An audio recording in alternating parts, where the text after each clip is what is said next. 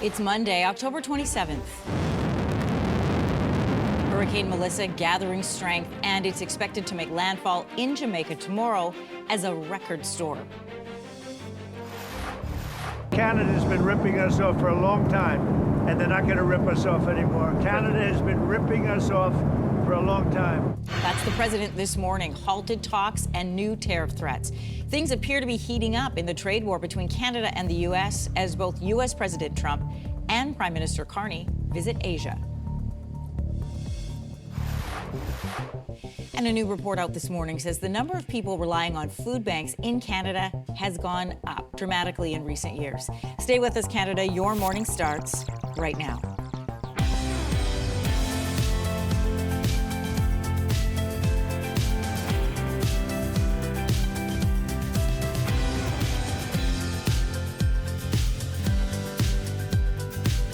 Good morning, Canada. Welcome to Your Morning. I'm Anne-Marie Mediwake. Good morning. I'm Lindsey Deluce. And I'm Michelle Jobin. We hope your day is off to a great start. Michelle, I know you're tracking this really closely. Hurricane Melissa is now a Category 5 storm headed for Jamaica.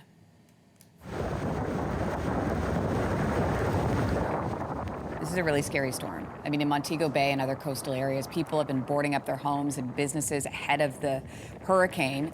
Melissa has already killed at least 4 people in Haiti and the Dominican Republic. It is expected to make landfall tomorrow as the strongest hurricane Jamaica has seen in decades. Hurricane Melissa is expected to bring heavy rain, destructive wind, and life-threatening storm surge along Jamaica's southern coast. And then after Jamaica, Hurricane Melissa, there's the track there. It is expected to cross Cuba and the Bahamas. In other news today, the Alberta government could bring in legislation to force teachers back to work as early as today. I want to go back to work, but I want it to be worth it. I want there to be improvements when we go back into our classroom. Over the weekend, teachers held a rally in the riding of Alberta's education minister in Calgary. If the province tables back to work legislation today, teachers could be forced back into the classrooms within 48 hours. They've been on strike since October the 6th. We're at a point now where if they don't voluntarily agree with us to return to work and do that kind of mediation, we're just going to have them back.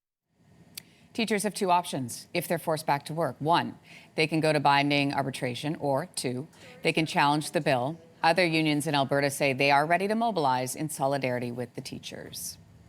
Prime Minister Mark Carney is in Asia this morning, saying he is still open to trade talks with the U.S. We stand ready to sit down with the United States, myself with the President, my colleagues with their colleagues, when the U.S. is ready to sit down.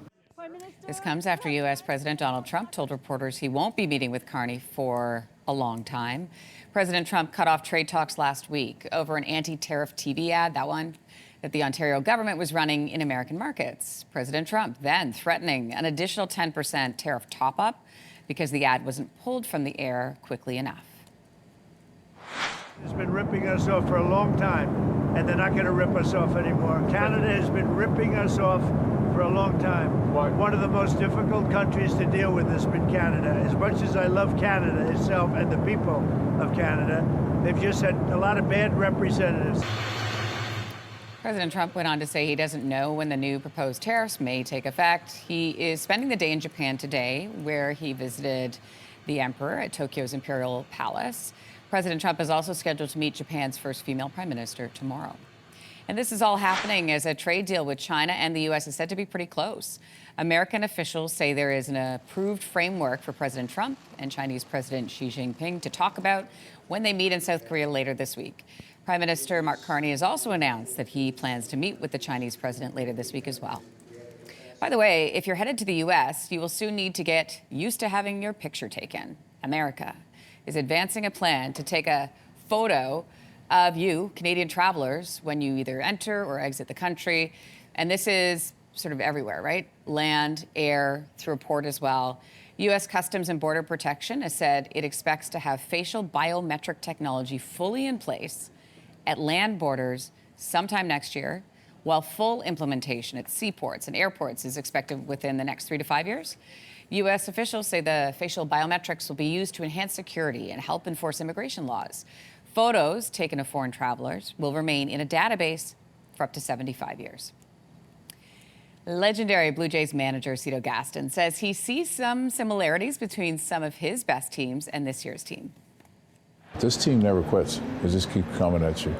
And that's the way that team was in '89. And then it reminds me a little bit of the '93 team because the patience that they have. How fun was it to see him here? Isn't this great? What a moment. Sending Roger Center into an absolute frenzy Friday night when he stepped up to throw out the first pitch to current manager John Schneider. The 81-year-old says he can see the love the players have for one another. He also says he knows they have a tough road ahead in this series, but he's confident they can get it done. First pitch, by the way, at Dodger Stadium in LA, 8 p.m. tonight. You could say these creatures are rolling out the red carpet. Oh boy. Slowly. Tens of millions of crabs have begun their annual migration on Christmas Island, turning the roads red. The island is off Australia. This event happens every summer. Around 50 million red crabs move from their homes down to the beaches to lay their eggs.